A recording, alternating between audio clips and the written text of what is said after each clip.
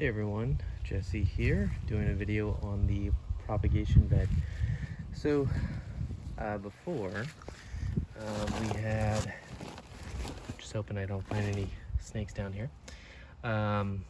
So this is the propagation bed, and basically there is a 3/4 inch water line that always provides water to a valve that I can turn this on or off. If it's winter time, I can turn it off or something like that. So this is a 3/4 inch orbit irrigation valve. This is controlled by the controller, which I have outside as well. When this turns on, it turns on every 10 minutes during the day. So about 7 o'clock in the morning to 8:30 at night when it gets dark here. This is when it turns on. That fills up that pipe. There are 2 lines that I drilled holes in. 11-30 seconds I think is what it was supposed to be. I drilled a little bit bigger, so I put in some epoxy to try and seal it a little more, just because the ground here in the Houston area is clay, so wherever there's water it just sits there and piles up. But anyways, these new misting heads are called Dramm Stix, DRAMM STIX. I purchased these from a company, I think it's called Humert, Humert or Hummert. And Irrigation, if you just search online, you'll probably find some irrigation supply companies that can sell these.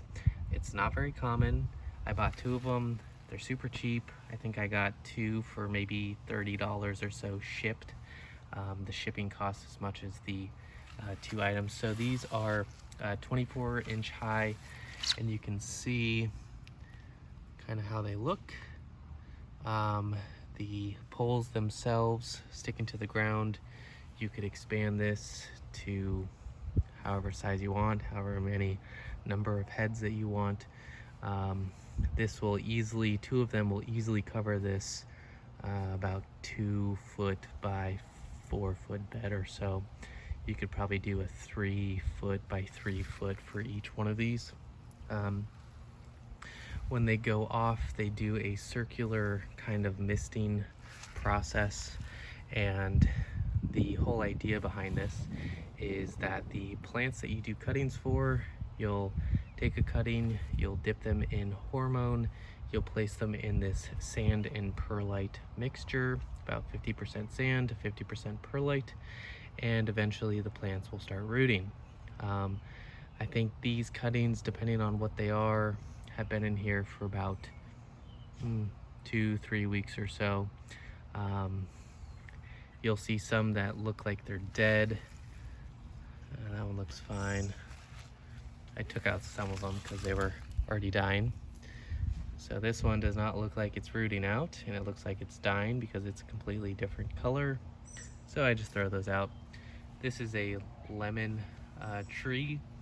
I saw someone growing lemon trees from leaves, so I figured new shoots would root easily. I didn't even dip it in hormone. I think this is a landscaping plant along with a couple others. I have crepe myrtle, elderberry, Thornless Blackberry.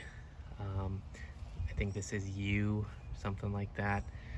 So just random stuff in here, and it really just depends on what plants you have to what you can actually do cuttings for. Especially now, it is very hard to find edible plants like berries, thornless blackberries. If you do find them, you're probably paying $15-20 per plant. You can get an entire setup like this, maybe $300 or so. It can easily pay for itself in 1 year. You could start, buy 1 or 2 of the stock plants, start the cuttings, and then by the next year you have as many cuttings as you want. Look for varieties that are easy to propagate. Elderberry, I like that one, super easy to propagate. Blackberry has been very good for me. You can look at mulberry as well, all the ones that I like to do, providing fruit for you. let me just walk over to the controller. So this controller is plugged in outside. Only had a couple issues with power being turned off or whatnot, but you can see the version. I don't know if this specific version is still available. I've used it for years. Basically, the controller needs the ability to water in increments and then water in seconds. Right now, I have this covered.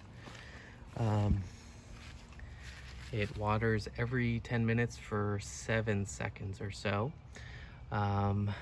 So that's the only thing you need to have with an irrigation controller. A typical residential irrigation controller, you know, can run every 15 minutes or 30 minutes or hours, but you really need down to the minute on how often you want it to run and down to the second on how long it needs to run for. So I was checking a couple of the plants and just pulling up on them. If there's resistance, then you know there's roots in there. So this is a Thornless Blackberry, and you can see the root system being created already. I'm going to go ahead and plant this out into a pot.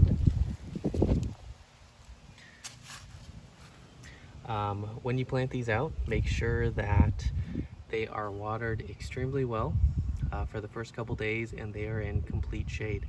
I'm in the south, so it's even more important for me to make sure that it is shaded, just because the sun's so hot. But I'm gonna go ahead and do this. I potted up probably about a week or so. Plant gets established, you can start trying to put it out into sun and doing that thing. But once it's potted out, you know, go ahead and plant it anywhere, and then you have a replication of the original plant that you have done. So with that, thanks for watching. Actually, let me go ahead and see if I can get this to trigger. I want you to see kind of the how the misting looks. We're probably almost there. So going back to the controller, it's going to be a run, but it basically lets you do a manual process.